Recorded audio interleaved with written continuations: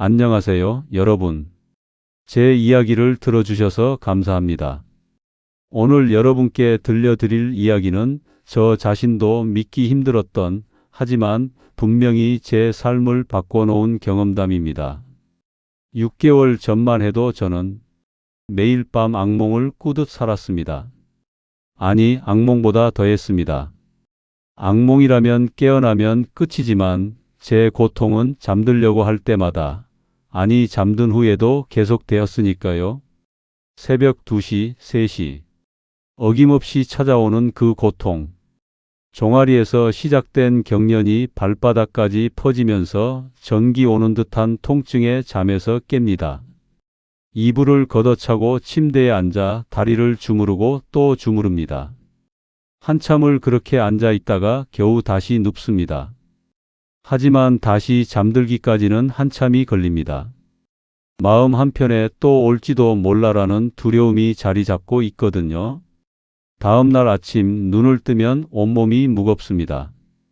잠을 잔 건지 안 잔 건지. 거울을 보면 눈밑이 축 처져 있고 얼굴은 부어 있습니다. 손에 힘도 없습니다. 물건을 짚다가 떨어뜨리기 일쑤입니다. 나이 드니까 이런가 보다. 저는 그렇게 생각하며 체념했습니다. 주변 사람들도 비슷한 말을 했습니다. 50 넘으면 다 그래. 나도 그래. 모두가 당연하다는 듯이 말했습니다. 하지만 정말 이게 당연한 걸까요? 평생 이렇게 살아야 하는 걸까요? 그러던 어느 날 동창회에서 만난 친구 하나가 제 얘기를 듣더니 이렇게 말했습니다. 야, 마그네슘 먹어봤어? 나도 그랬는데 마그네슘 먹고 나아졌어. 마그네슘. 물론 들어본 적 있습니다. TV 홈쇼핑에서도 나오고 약국에서도 봤습니다. 하지만 솔직히 별로 기대는 안 했습니다. 영양제가 뭐 얼마나 효과가 있겠어? 라는 생각이었거든요. 그래도 친구 말에 다음 날 약국에 갔습니다. 약사님께 다리에 쥐가 자주 나는데 마그네슘 좀 주세요 라고 했습니다. 약사님은 친절하게 설명해 주시며 마그네슘 한 통을 주셨습니다. 집에 와서 설명서를 읽어봤습니다. 1일 1회에서 2회, 식후 복용. 간단했습니다. 저는 아침 식사 후에 먹기 시작했습니다. 일주일이 지났습니다. 변화가 있었을까요? 아무 변화도 없었습니다. 여전히 밤마다 다리에 쥐가 났고 여전히 잠을 설쳤습니다. 역시 별 효과 없구나. 실망했습니다. 하지만 이미 산 거니까 그냥 계속 먹기로 했습니다. 어차피 해로울 건 없을 테니까요. 2주, 3주, 한 달이 다 되어 가는데도 달라진 건 없었습니다. 그런데 바로 그때였습니다. 제 인생을 바꿀 우연한 만남이. 어머니 병원 진료를 따라갔다가 대기실에서 우연히 옛날 학교 보건 선생님을 만났습니다. 반갑게 인사를 나누다가 자연스럽게 제 얘기를 하게 됐습니다. 선생님, 저 요즘 밤마다 다리에 쥐가 나서 잠을 못 자요. 마그네슘도 먹고 있는데 전혀 효과가 없어요. 선생님은 제 말을 듣더니 빙그레 웃으시며 물으셨습니다. 언제 드세요? 아침에요. 아침 먹고요. 선생님의 표정이 아하 하는 걸로 바뀌었습니다. 그래서 효과가 없었던 거예요. 저녁에 드셔야죠. 그것도 주무시기 한 2시간 전에요. 저는 깜짝 놀랐습니다. 시간이 그렇게 중요한가요? 선생님은 천천히 제가 이해할 수 있도록 설명해 주셨습니다. 마그네슘은 근육을 이완시키고 신경을 안정시키는 역할을 해요. 그런데 낮에는 우리 몸이 활동 모드잖아요. 근육도 긴장하고 있고요. 그때 마그네슘을 먹으면 효과가 낮보다는 활동에 쓰이고 정작 밤에 필요할 때는 이미 다 소진되어 버려요. 하지만 저녁에, 그것도 주무시기 한 2시간 전에 드시면 어떻게 될까요? 마그네슘이 몸속에 들어가서 서서히 흡수되면서 근육과 신경을 이완시킵니다. 그리고 딱 잠들 시간이 되면 최적의 상태가 되는 거예요. 저는 감탄했습니다. 그렇게 간단한 차이였다니. 시간 하나 바꾸는 것만으로 효과가 달라질 수 있다니. 선생님, 그럼 오늘부터 당장 바꿔볼게요. 선생님은 고개를 끄덕이시며 덧붙이셨습니다. 네, 그리고 채소 4주는 꾸준히 드세요. 몸이 리듬을 배우는 데는 시간이 필요하거든요. 조급하게 생각하지 마시고요. 그날 저녁부터 저는 복용 시간을 바꿨습니다. 밤 9시에 자니까 7시 반쯤에 먹었습니다. 미지근한 물 한 컵과 함께요. 첫날 밤 여전히 새벽에 깼습니다. 다리 경련 때문이 아니라 습관적으로. 역시 하루 만에 바뀔 리가 없지. 그렇게 생각했습니다. 둘째 날, 셋째 날, 큰 변화는 없었습니다. 하지만 선생님 말씀을 믿고 계속했습니다. 그리고 나흘째 되던 날 밤, 아침에 눈을 떴을 때 깨달았습니다. 나 한 번도 안 깼네? 새벽에 다리 경련으로 깨지 않았습니다. 아침까지 푹 잤습니다. 우연일 수도 있다고 생각했습니다. 하지만 그 다음 날도 같았습니다. 일주일이 지났을 때 저는 확신했습니다. 이건 우연이 아니라고. 정말 효과가 있다고. 더 놀라운 건 그뿐이 아니었습니다. 눈꺼풀이 떨리던 것도 멈췄습니다. 손가락 끝이 저리던 것도 사라졌습니다. 아침에 일어났을 때 개운한 느낌이 들었습니다. 2주가 되었을 때는 완전히 다른 사람이 된 것 같았습니다. 밤에 편안하게 잠들고 아침에 상쾌하게 일어나는 게 이렇게 좋은 일인 줄 몰랐습니다. 아내가 말했습니다. 당신 요즘 표정이 많이 밝아졌어. 친구들도 얼굴이 좋아 보인다고 했습니다. 단지 마그네슘 먹는 시간 하나 바꿨을 뿐인데 제 경험을 주변 사람들에게 알려줬습니다. 다들 따라 해보겠다고 했습니다. 그런데 재미있는 게 뭔지 아세요? 같은 방법인데도 누구는 효과를 보고 누구는 여전히 안 된다는 겁니다. 왜 그럴까요? 궁금해서 하나하나 물어봤습니다. 그랬더니 공통점이 보이더군요. 효과를 못 본 분들은 모두 같은 실수를 하고 계셨습니다. 한 분은 하루에 커피를 4~5잔씩 드셨습니다. 또 한 분은 저녁마다 소주를 반 병씩 드셨습니다. 문제는 커피의 카페인과 술의 알코올이 마그네슘을 소변으로 배출시킨다는 겁니다. 아무리 먹어도 몸에 쌓이기 전에 다 빠져나가는 거죠. 제 경우에는 오후 3시 이후로는 커피를 마시지 않습니다. 술도 주 2회 정도로 줄였습니다. 그랬더니 효과가 더 확실해졌습니다. 위가 안 좋아서 제산제를 복용하시는 분들이 계십니다. 그런데 제산제는 위산을 줄이는데 마그네슘은 위산이 있어야 잘 흡수됩니다.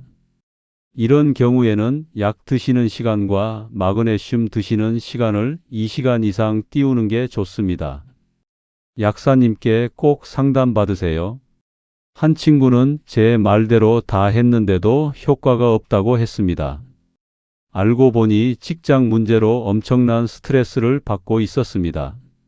스트레스를 받으면 우리 몸에서 스트레스 호르몬이 나오는데 이때 마그네슘이 빠르게 소모됩니다.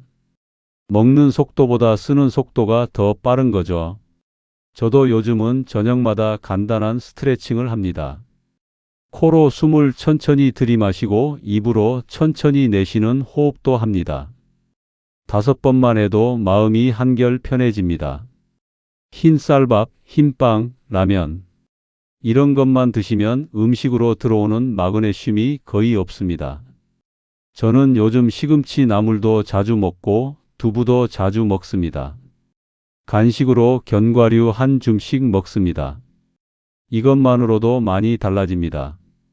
자, 이제 여러분께 제가 매일 실천하고 있는 구체적인 방법을 알려드리겠습니다. 이건 정말 중요합니다. 제가 직접 해보고 효과를 본 방법이니까요. 저는 밤 9시에 잡니다. 그래서 저녁 7시 반에 먹습니다. 여러분도 주무시는 시간에서 1시간 반에서 2시간 전에 드세요. 너무 늦게 먹으면 화장실 때문에 잠에서 깰 수 있습니다. 너무 일찍 먹으면 정작 잠들 때는 효과가 약해집니다. 공복에 먹으면 속이 불편할 수 있습니다. 저녁 먹고 나서 바로 드세요. 찬물보다는 미지근한 물이 좋습니다. 약국에 가시면 마그네슘 종류가 여러 가지입니다. 제가 먹는 건 마그네슘 글리시네이트입니다. 흡수가 잘 되고 배 아플 일이 없습니다. 변비도 있으시다면 마그네슘 시트레이트를 선택하세요. 변비 해결에도 도움이 됩니다. 산화 마그네슘은 가장 싸지만 흡수율이 낮습니다. 저는 추천하지 않습니다. 저는 하루에 250mg씩 먹습니다. 처음에는 200mg로 시작했다가 서서히 늘렸습니다. 보충제로는 하루 350mg를 넘지 마세요. 그 이상은 의사 선생님과 상의하셔야 합니다. 저는 4주 만에 확실한 변화를 느꼈습니다. 어떤 분들은 6주 걸렸다고 합니다. 일주일 먹고 안 된다고 포기하지 마세요. 우리 몸이 새로운 리듬을 배우는 데는 시간이 필요합니다. 함께 먹으면 좋은 것. 비타민 D는 아침에 먹습니다. 마그네슘 흡수를 도와줍니다. 비타민 B6는 저녁에 마그네슘과 함께 먹습니다. 신경 안정에 시너지 효과가 있습니다. 칼슘 보충제는 2시간 간격을 두고 드세요. 같이 먹으면 서로 흡수를 방해합니다. 철분 보충제도 마찬가지입니다. 아침에 철분, 저녁에 마그네슘이 좋습니다. 사실 가장 좋은 건 음식으로 먹는 겁니다. 보충제는 말 그대로 보충이지 전부가 아닙니다. 저희 집 밥상이 많이 바뀌었습니다. 아내가 제 얘기를 듣고 식단을 바꿔줬거든요. 아침에는 두부 반모를 먹습니다. 된장찌개에 넣어 먹거나 그냥 간장에 찍어 먹기도 합니다. 두부 반모에 약 90mg이 마그네슘이 들어 있습니다. 점심에는 시금치 나물을 먹습니다. 데친 시금치 반 컵에 78mg입니다.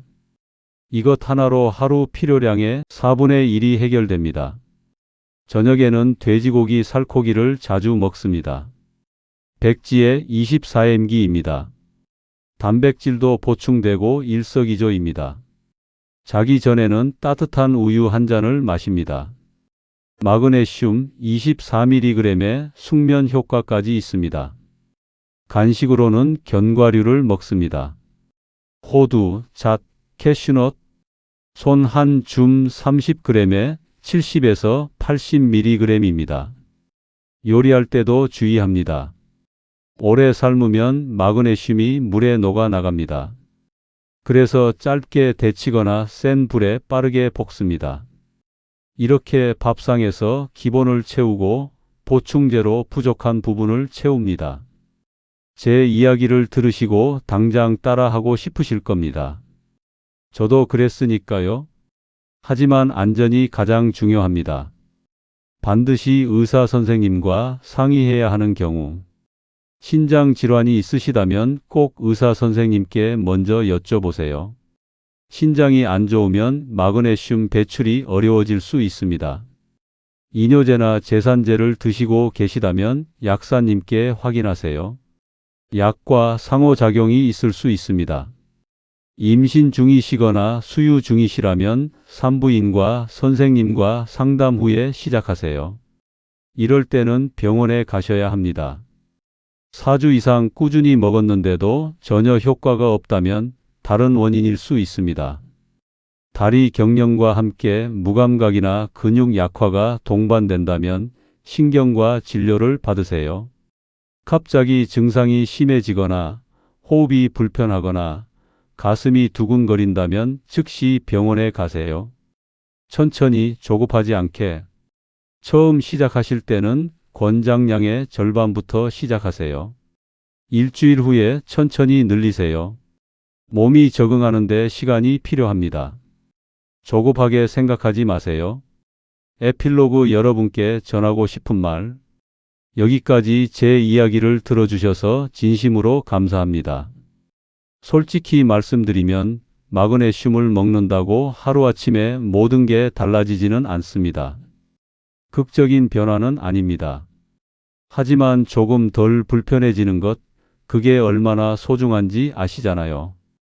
밤에 편하게 잘 수 있다는 것, 아침에 개운하게 일어날 수 있다는 것, 하루 종일 활기차게 지낼 수 있다는 것, 젊었을 때는 당연했던 것들이 나이가 들면서 당연하지 않게 됩니다.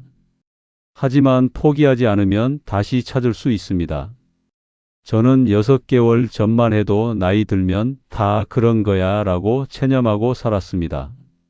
하지만 지금은 다릅니다.